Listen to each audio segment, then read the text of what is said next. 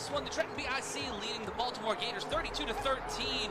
And at the top of the hour, if you love the A7FL, if you love the action of this game, just hold on, because you're going to love to see what the Patterson U, what the Patterson U are going to be able to do.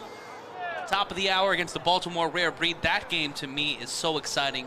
To see Quattrell Huffin and Ricardo Freeman on opposite sides of the field. Oh, absolutely. Like both games, just like this game. This game, once Ace Boogie went down this game, that's when it kind of went lopsided. Yeah. You can't expect, obviously, the Gators, they're facing BIC full throttle.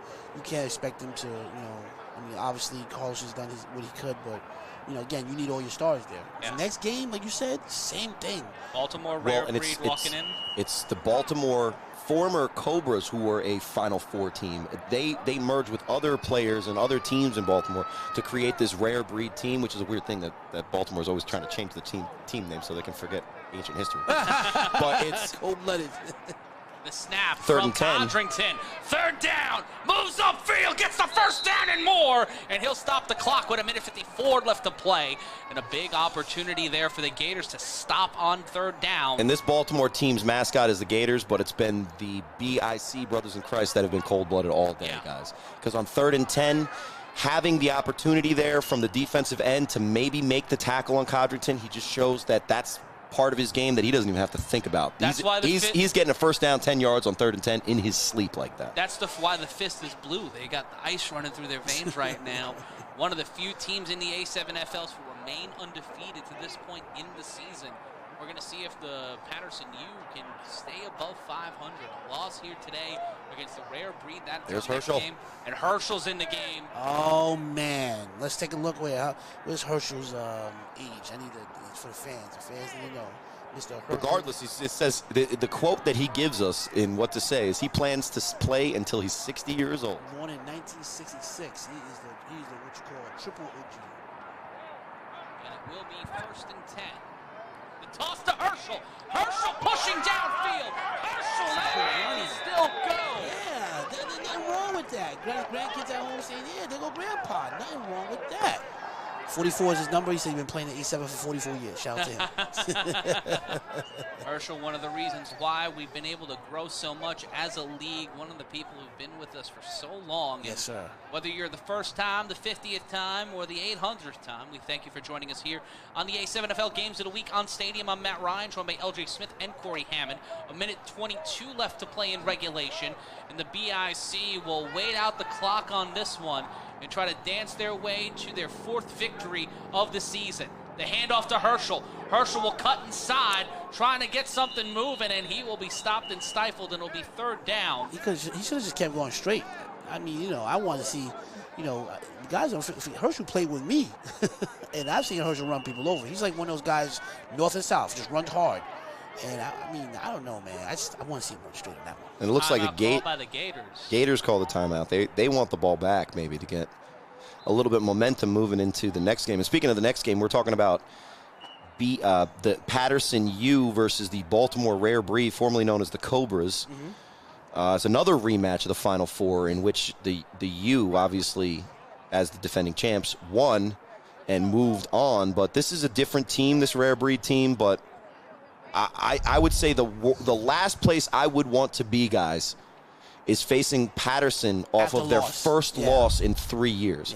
Well. Because the U, we had admitted at times did not look like they played their best game against BIC, and they lost only by 2 points. And you can see how good this BIC team can be, as we've witnessed here today. As it's 3rd and 7, Codrington relaxes back in the pocket. His Bone is crushing through the offensive line, and Nick Mays and Bone. And see what happens, like you said, when Bone and Nick Mays plays defense, right? Wanted to see more of that maybe earlier in the game, but, that's 2 big-time defensive ends, and they were able to get to Codrington. Doesn't want to put the ball in the air for no reason. It'll be 4th and long.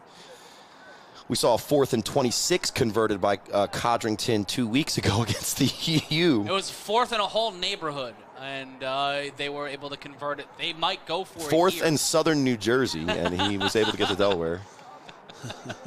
And the clock will be reset to 44 seconds. And loading up the line here, you see Kenny Stansbury, you see Courage Mosey. You see the big man, number 56, hopping in there. Interesting to see if Kenny Stansbury's still wearing those shades that he's been rocking all day, yelling at people from the sideline from like Suge Knight. BIC's future is so bright, they've got to wear shades walking into week 5 undefeated. That was a good one. Thank you, Tim Buck. That's coming from a dad. Yeah. A nice Tim Buck 3 reference in 2022 because I'm hip it with the kids. And we'll see Courage Mosey cut down to the left side, and Derek Codrington under center, Ashante Worthy in motion. 44 seconds left to play after the second timeout from Baltimore. 4th down, 3 wide receivers set. One man open in the slot. Codrington with time downfield. What a pass! Cohen again.